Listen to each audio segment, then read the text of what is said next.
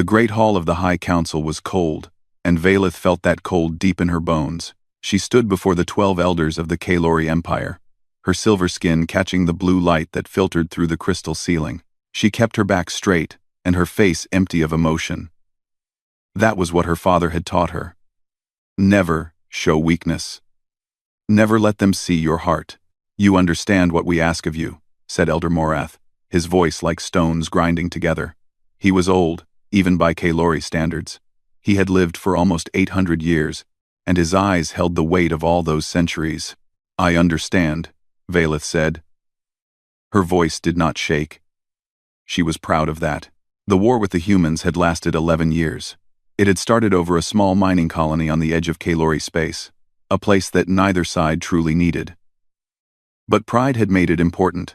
Pride had filled the void between stars with burning ships and floating bodies. Pride had killed her older brother in the 3rd year of the conflict. Now pride had to step aside. The Storie Empire was strong, but the humans were many. They bred fast and died fast, but there were so many of them. For every human ship destroyed, 3 more appeared. For every human soldier killed, 10 more took their place. The war could not be won. It could only be ended, and to end it, a marriage was required. A symbolic union between a Storie noble and a human representative. A sign to both peoples that peace was real and lasting. House Zorn has served the Empire faithfully for generations, Elder Morath continued. Your sacrifice will bring honor to your family name. Sacrifice. Valeth almost laughed at the word. She was 29 years old, barely an adult by Storie standards. She would likely live another 600 years. And she was being asked to bind herself to a creature that would be dead in less than a century. The humans lived such short lives. They were like candles, burning bright for a moment, and then gone. What could such a brief existence possibly offer? But she did not laugh. She did not protest. House Zorn had fallen far in recent decades.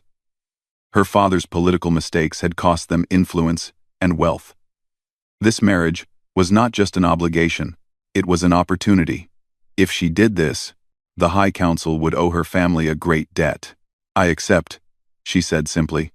2 weeks later, the human arrived. Valeth watched from the balcony of her family estate as his shuttle descended through the purple clouds of her homeworld. The ship was small and gray, built for function rather than beauty. That seemed fitting somehow. She had read everything she could find about him. His name was Daniel Grant. He was 32 years old, which meant he had already lived more than a third of his expected lifespan. He had served in the human military during the war, though the records did not say in what capacity.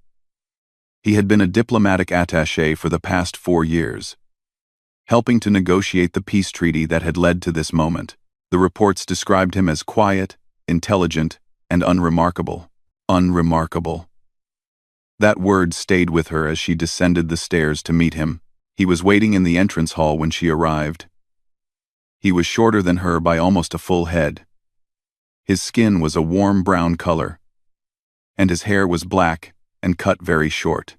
His eyes were dark and calm, and they met hers without flinching. That surprised her. Most humans looked away when they met Storie eyes. They found the solid silver color unsettling. But Daniel Grant looked at her directly, and there was no fear in his gaze.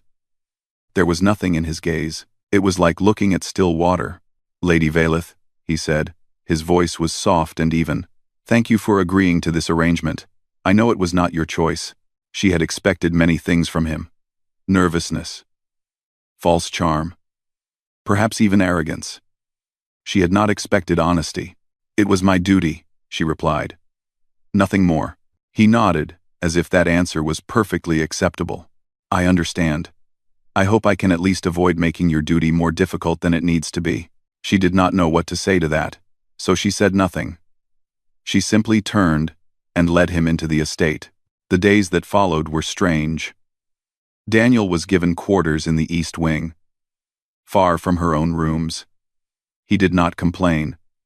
He did not ask for anything. He spent his time reading, walking in the gardens, and learning to speak the Kalori language. His pronunciation was terrible at first, but he worked at it every day with a patience that seemed endless. Valeth's father approved of the match for political reasons, but he made no effort to hide his distaste for the human. Her brother Cavan was worse. He called Daniel the pet, and laughed about it with his friends. Once, he deliberately spoke too fast for Daniel to follow, then mocked him for not understanding. Daniel said nothing. He simply waited for the laughter to end, and then asked politely for the phrase to be repeated. Valeth watched these moments with confusion. Was he truly so passive? Did he have no pride at all? Or was there something else behind that calm face, something she could not see? The wedding came on a gray morning. The ceremony was performed in the ancient temple of House Zorn, with only immediate family present. Valeth wore the traditional silver gown of a Kalori bride. Daniel wore a simple black suit that made him look even more ordinary than usual. They spoke the vows in both languages. Valeth's words were precise and empty.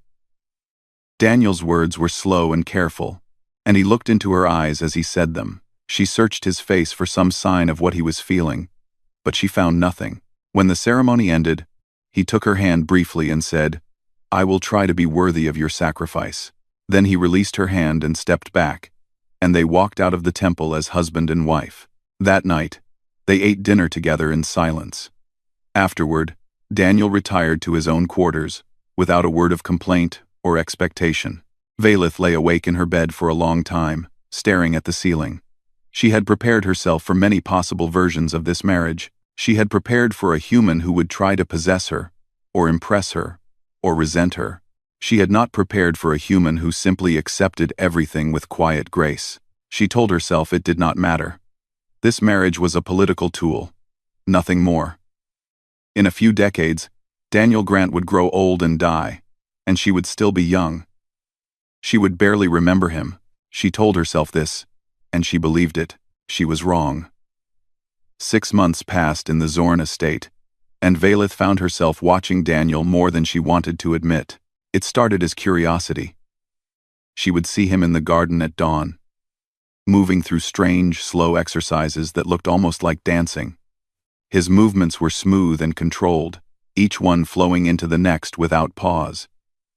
She asked him once what he was doing, and he said it was a form of meditation from Earth, a way to clear the mind and strengthen the body. She noticed other things too. The way he always sat with his back to a wall. The way his eyes moved constantly, tracking every person who entered a room. The way he woke instantly at the smallest sound, as if some part of him never truly slept. And she noticed the scars. They were on his hands and forearms, thin white lines that crossed his brown skin, like writing in a language she could not read. She saw them one morning when he was working in his garden. His sleeves rolled up against the heat. There were dozens of them, maybe more. Some looked old, some looked very old, but all of them spoke of violence. "You have many marks," she said, standing at the edge of his garden. She had not meant to speak. The words simply came out. Daniel looked up at her. He did not seem surprised by her presence or her question. He simply looked down at his arms, and then back at her. "Yes," he said. "From the war?" He was quiet for a moment. Then he said, "From many things." "What things?" He smiled. But it was a small smile, and it did not reach his eyes. "I was a soldier for a long time. Soldiers collect scars the way gardens collect weeds. It is part of the job." She wanted to ask more, but something in his voice told her the conversation was over. He returned to his plants, and she returned to the house, and neither of them spoke of it again. But she kept watching. The other nobles who visited the estate treated Daniel like furniture. They talked around him and over him and through him, as if he was not there. Some of them laughed openly at the idea of a Kalori lady married to a human. They called it a waste. They called it shameful. They called Daniel the pet, just like her brother did. Daniel never reacted. He sat quietly through every insult, his face as calm as still water. He answered questions politely when asked, and remained silent when ignored. He never complained to Valeth. He never asked her to defend him. He simply endured. One evening, her brother Cavan went too far. There was a gathering at the estate, a formal dinner with several noble families. Cavan had been drinking, and his tongue had grown loose and cruel. He stood up in front of everyone and raised his glass toward Daniel. "A toast," Cavan said loudly, "to the pet of House Zorn. May he live his brief little life without causing too much trouble." Laughter rippled through the room. Vaelith felt her face burn with something that might have been shame or anger. She was not sure which. Daniel stood slowly. The laughter faded. Something about the way he moved made people stop and look at him. "Lord Cavan," Daniel said quietly. His voice was soft, but it carried through the silent room. "I understand that my presence here is difficult for you. I understand that you see me as lesser. Perhaps you are right. I am smaller than you. I am weaker than you. I will die long before you grow old." He paused. His eyes met Cavan's, and Vaelith saw her brother's smile falter slightly. "But I hope," Daniel continued, "that I never have to show you what else I am, because that would mean something has gone very wrong. And I do not think either of us would enjoy what happens next." The room was completely silent. Cavan stared at Daniel with an expression that mixed confusion and anger. No one laughed. No one spoke. Then Daniel sat down and returned to his meal as if nothing had happened. The dinner continued, but the mood had changed. People spoke more quietly. They glanced at Daniel when they thought he was not looking. And Cavan did not make any more jokes. Later that night, Vaelith found Daniel in the garden. He was sitting on a stone bench, looking up at the stars. His face was calm, but she could see something heavy in his shoulders, as if he carried a weight that never lifted. "What did you mean?" she asked. "When you said you hoped you never had to show him what else you are?" Daniel did not look at her. He kept his eyes on the stars, those distant lights that humans had crossed impossible distances to reach. "I was a soldier," he said finally. "But not the kind that stands in lines and follows simple orders. I was something else. Something I never wanted to be and never want to be again." Number 4. What kind of soldier? He was quiet for a long time. When he finally spoke, his voice was barely above a whisper. "The kind that governments deny exist. The kind that does the things no one else can do. The kind that becomes a weapon instead of a person."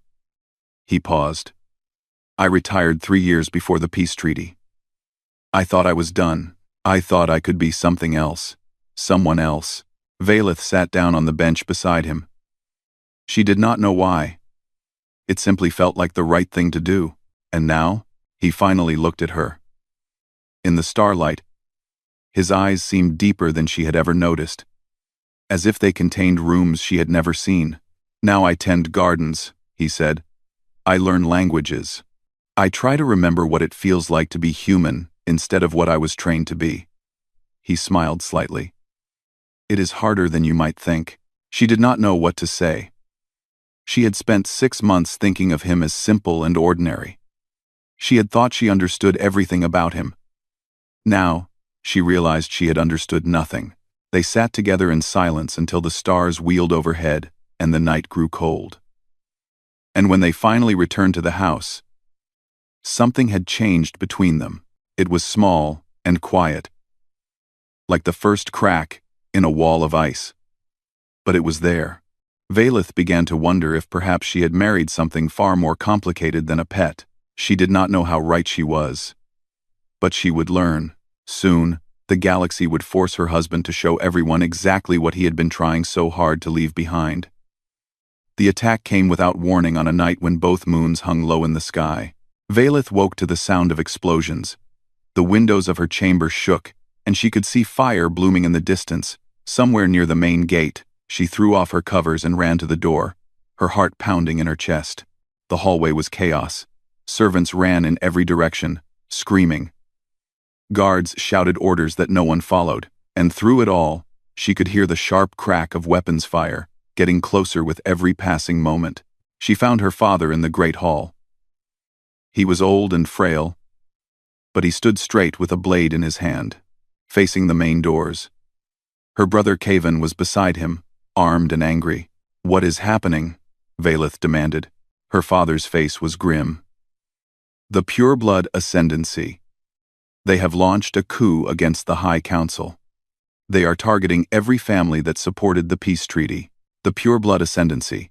Valeth knew them by reputation. They were fanatics who believed the Kalori race was being poisoned by contact with other species. They had opposed the peace treaty from the beginning. They called humans parasites. They called Valeth's marriage an abomination. And now they had come to kill her entire family. The main doors exploded inward. Soldiers poured through the gap, their armor black, their faces hidden behind dark helmets. They moved with precision and speed, firing at anything that moved. Valeth watched her father fall first. A bolt of energy hit him in the chest, and he crumpled like paper. He did not make a sound. Kavan roared with rage and charged the attackers. He killed 2 of them before a third drove a blade through his back. He fell beside their father, his eyes still open. Still angry, Valeth ran. She did not think. She did not plan. She simply ran through halls she had known since childhood, trying to find a way out, a place to hide, anything. But the soldiers were everywhere. They had planned this carefully. They knew the layout of the estate. They had blocked every exit. She made it to the eastern garden before they caught her. There were 5 of them. They surrounded her slowly, their weapons raised. One of them stepped forward and removed his helmet. His face was young and handsome, and filled with disgust. "Lady Valeth," he said. "The human's pet. You have brought shame upon your entire species. Tonight, that shame ends." Valeth straightened her back. She would not beg. She would not cry. If she was going to die, she would die like a daughter of House Zorn. "Do what you came to do," she said. The soldier smiled and raised his weapon. Then Daniel appeared. He came out of the shadows like smoke, moving faster than Valeth's eyes could follow. The first soldier died before he knew anyone was there, his neck broken by hands that moved with terrible precision. The second soldier turned to fire, but Daniel was already inside his guard, taking his weapon, using it to kill the third. The fourth soldier managed to scream. It was cut short when Daniel drove a blade through his throat. The fifth soldier, the one who had spoken, stumbled backward. His face had gone pale. He tried to raise his weapon, but his hands were shaking too badly. Daniel walked toward him slowly. There was blood on his hands and his face, but his expression was completely calm, empty, like a machine built for one purpose. "Please," the soldier whispered. "Please, I was just following orders." Daniel stopped in front of him. He looked into the soldier's eyes for a long moment. "So was I," Daniel said. "Once." Then he moved, and the soldier fell, and the garden was silent. Valeth could not move. She could not speak. She could only stare at the man she had married, the quiet gardener, the unremarkable human, standing among 5 dead soldiers like it was nothing. Daniel turned to her. His eyes were still empty, still calm, but she could see something behind them now, something he had been hiding all along. It was not anger or hatred. It was worse than that. It was absence, as if the person she knew had stepped aside to let something else take control. "Are you hurt?" he asked. She shook her head. "Then we need to move. There are more coming." He took her hand. His grip was firm but gentle. He led her through the garden, through passages she had never known existed, through shadows that seemed to welcome him like an old friend. As they moved, he spoke in short, quiet sentences. He told her about the security layout of the estate. He told her about the patrol patterns of the guards. He told her about the weaknesses in the walls and the exits that the attackers had missed. He knew everything. He had spent 6 months being quiet and invisible. And during all that time, he had been watching, learning, preparing. "How do you know all this?" she asked. "It is what I was trained to do," he said. "Observe, adapt, survive." What were you? What were you really?" He was silent for a moment. Then he said, "The Terran Federation called us Reapers. We were deployed for operations that could never be acknowledged. Assassinations, infiltrations, eliminations. We were taught to kill in 100 different ways. We were taught to become ghosts. His voice was flat, as if he was describing someone else, something else. I retired because I could not do it anymore. I wanted to be a person again. I wanted to feel things that were not just tactics and targets. He paused. But I never forgot. I never could. They reached a hidden tunnel beneath the estate. Daniel opened the entrance and guided her inside. Before he sealed it behind them, he turned to face her. "I am sorry," he said. "I am sorry you had to see that. I am sorry I could not save your father. I am sorry I could not save your brother. And I am sorry for what I am about to become." Valeth looked at him. At this strange, quiet man, who had just killed 5 soldiers in less time than it took to breathe. "What are you about to become?" she asked. Daniel's eyes were dark in the shadows of the tunnel, but somewhere deep inside them, she could see a light beginning to burn. It was not warm. It was not gentle. It was the light of something ancient and terrible waking up after a long sleep. "Whatever I need to be," he said, "to keep you safe." Then he sealed the tunnel, and the darkness swallowed them both. The pureblood ascendancy believed they had won. In 3 days, they had taken control of the capital. They had killed most of the High Council. They had captured key military installations across the planet. Their leader, Commander Thyros, announced the beginning of a new era. An era of purity. An era where the Kalori would rise alone, free from the contamination of lesser species. The humans were given 1 week to leave Kalori space. Any who remained would be executed. But there was a problem. A small problem that grew larger with each passing day. It started with a supply convoy that never arrived. 20 soldiers and 6 vehicles vanished without a trace. The Ascendancy sent scouts to find them. The scouts never returned.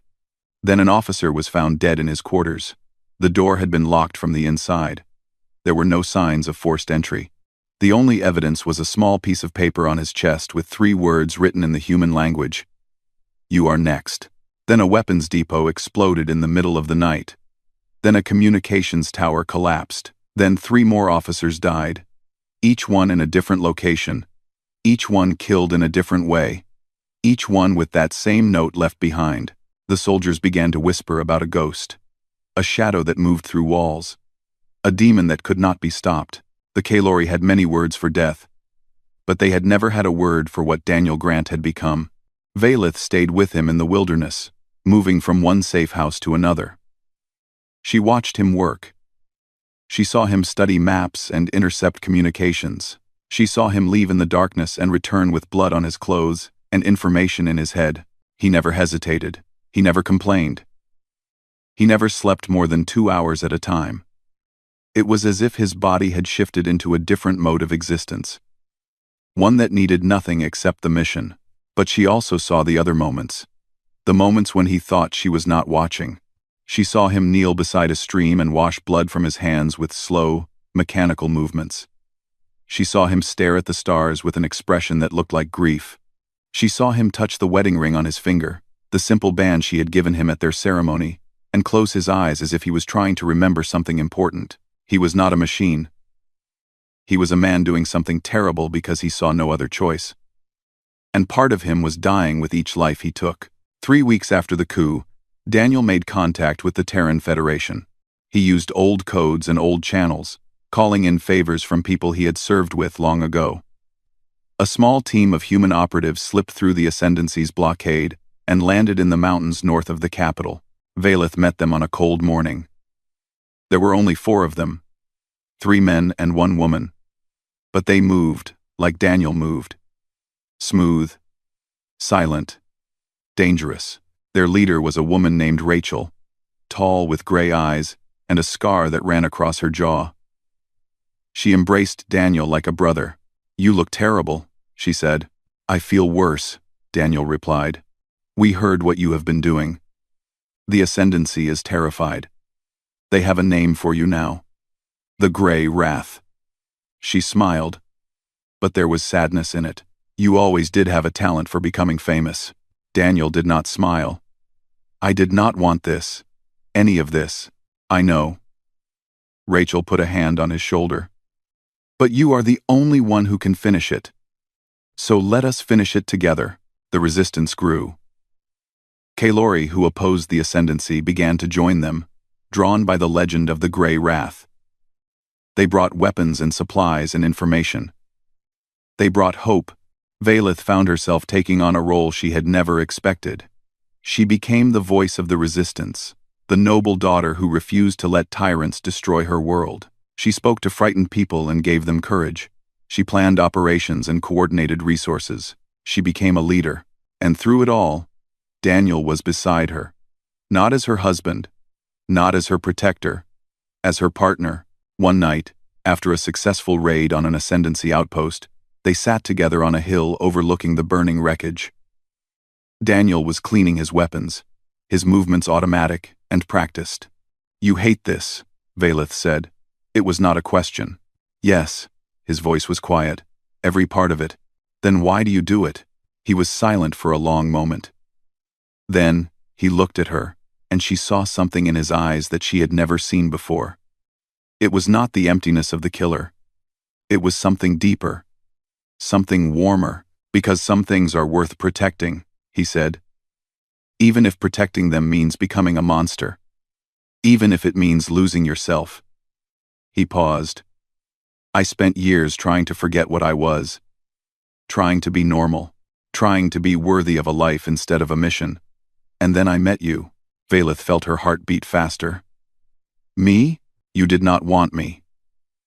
You did not choose me. But you treated me with respect anyway. You did not mock me. You did not use me.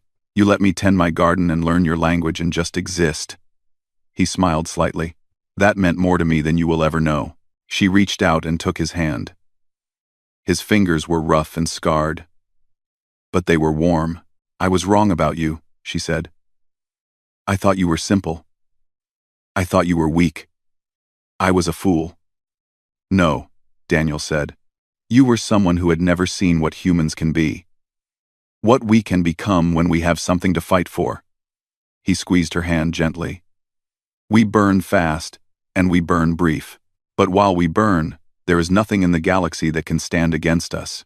Valeth leaned against him, feeling the warmth of his body against hers. In that moment, surrounded by the smell of smoke and the distant sounds of battle, she realized something that changed everything. She loved him, not because of obligation, not because of duty.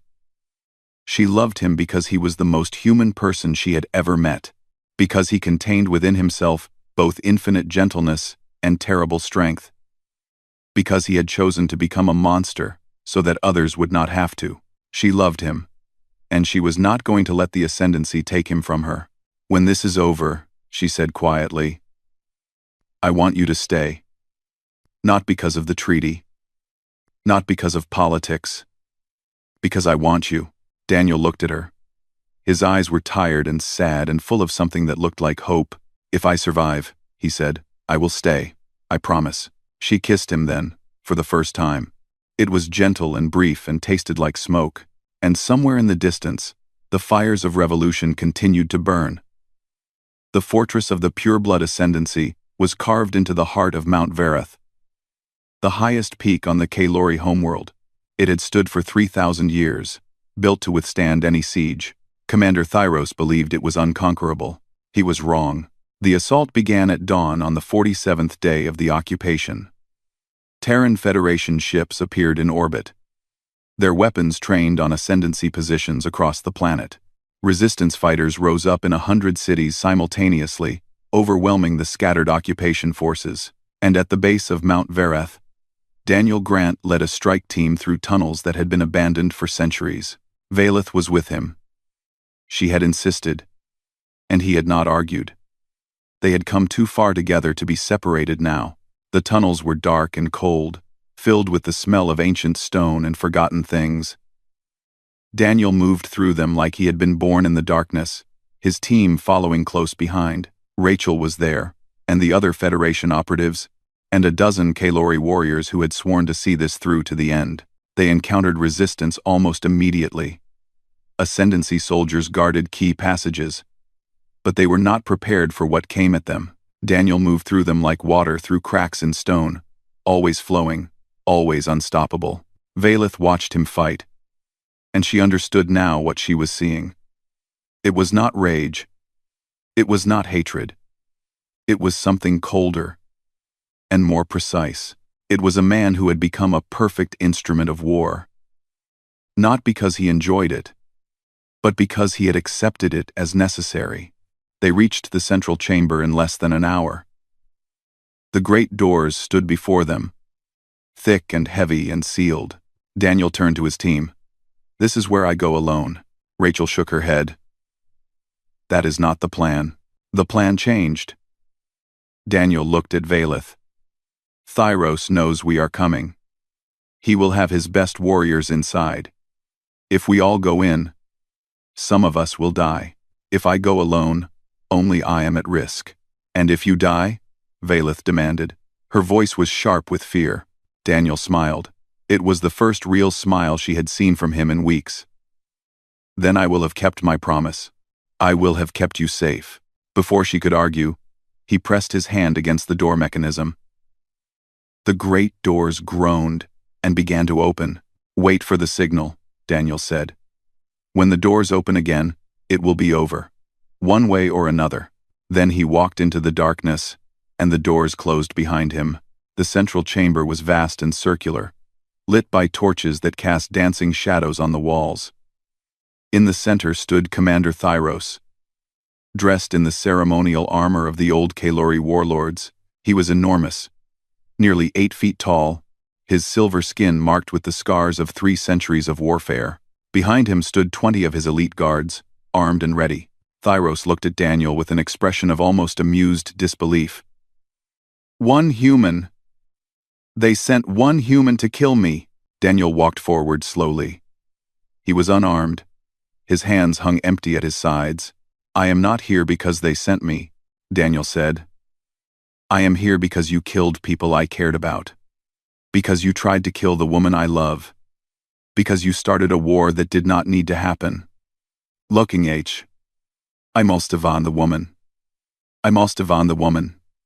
Just to please. I måste van the woman." Thyros laughed. It was a deep, booming sound that echoed through the chamber. "And you think you can stop me? You, a creature who will be dead of old age in a few decades? You are nothing. Your entire species is nothing. Brief sparks that flare and fade while we endure for centuries." Daniel stopped walking. He was still 10 meters from Thyros, surrounded on all sides by armed warriors. "You are right," Daniel said quietly. "We are brief. We burn fast and we die young." Thyros's smile faded slightly. "What?" "It means we do not have time to waste. It means every moment matters. It means we love harder and fight harder and burn brighter than anything you have ever seen." Daniel's voice was calm, but something in it had changed. Something had awakened. "You have lived for 300 years, Commander. You have fought countless battles. You have conquered and destroyed and ruled." He raised his eyes to meet Thyros's gaze. "But you have never faced anything like me." Daniel moved. What happened next lasted less than 4 minutes. The elite guards were some of the finest warriors in the Kalori Empire. They had trained for decades. They had killed hundreds of enemies. They fell like wheat before a scythe. Daniel did not fight like a soldier. He did not fight like a warrior. He fought like a force of nature, flowing and striking and vanishing before retaliation could find him. He took weapons from falling bodies and used them until they broke, then took more. He was everywhere and nowhere, a shadow with fists like hammers. Thyros watched his guards die one by one. The amusement faded from his face. The disbelief faded. What replaced it was something he had not felt in 200 years. Fear. When the last guard fell, Daniel stood alone in the center of the chamber. He was wounded in a dozen places. Blood ran down his face and arms. But he was still standing. Thyros drew his blade, a massive weapon that had killed enemies across 3 star systems. "What are you?" he demanded. Daniel walked toward him. His movements were slower now, but no less certain. "I am a husband," he said, "a gardener. A man who wanted nothing but peace. He stopped 3 feet from Thyros. "And I am the thing your people learned to fear during the war. The reason you signed the treaty. The reason you should have stayed quiet and accepted that the universe is bigger than your pride." Thyros roared and swung his blade. Daniel ducked under it, stepped inside the commander's reach, and struck 3 times in rapid succession. Thyros stumbled. His blade fell from nerveless fingers. He collapsed to his knees, his eyes wide with shock. "How?" he whispered. "How could something that lives so briefly fight like this?" Daniel looked down at him. There was no triumph in his expression. No satisfaction. Only exhaustion and something that might have been pity. "Because we have to," Daniel said. "Because every moment is precious. Because we cannot afford to be anything less than everything we can be." He paused. "That is what it means to be human." Thyros fell forward and did not move again. Daniel walked to the doors and opened them. On the other side, Valeth was waiting. She saw the blood. She saw the wounds. She saw the exhaustion in his eyes. She ran to him and caught him as he fell. The war ended that day. The ascendancy collapsed without its leader. The peace treaty was restored under new leadership that genuinely desired cooperation. House Zorn was rebuilt, with Valeth as its head. 3 months later, on a morning when the sky was clear and both moons had set, Valeth and Daniel stood in the garden where he had spent so many quiet hours. "You could leave," Valeth said. "The obligation is fulfilled. You are free." Daniel looked at her. His wounds had healed, but new scars had joined the old ones. His eyes were tired but clear. "I know," he said. "So why are you still here?" He reached out and took her hand. His touch was gentle, so different from the hands that had killed so many. "Because you asked me to stay. Because for the first time in my life, I have found something worth staying for." He smiled. "Because I love you." No. They renewed their vows that evening, in a small ceremony with no politics and no obligations. Just 2 people choosing each other because they wanted to. In the years that followed, their story spread across the galaxy.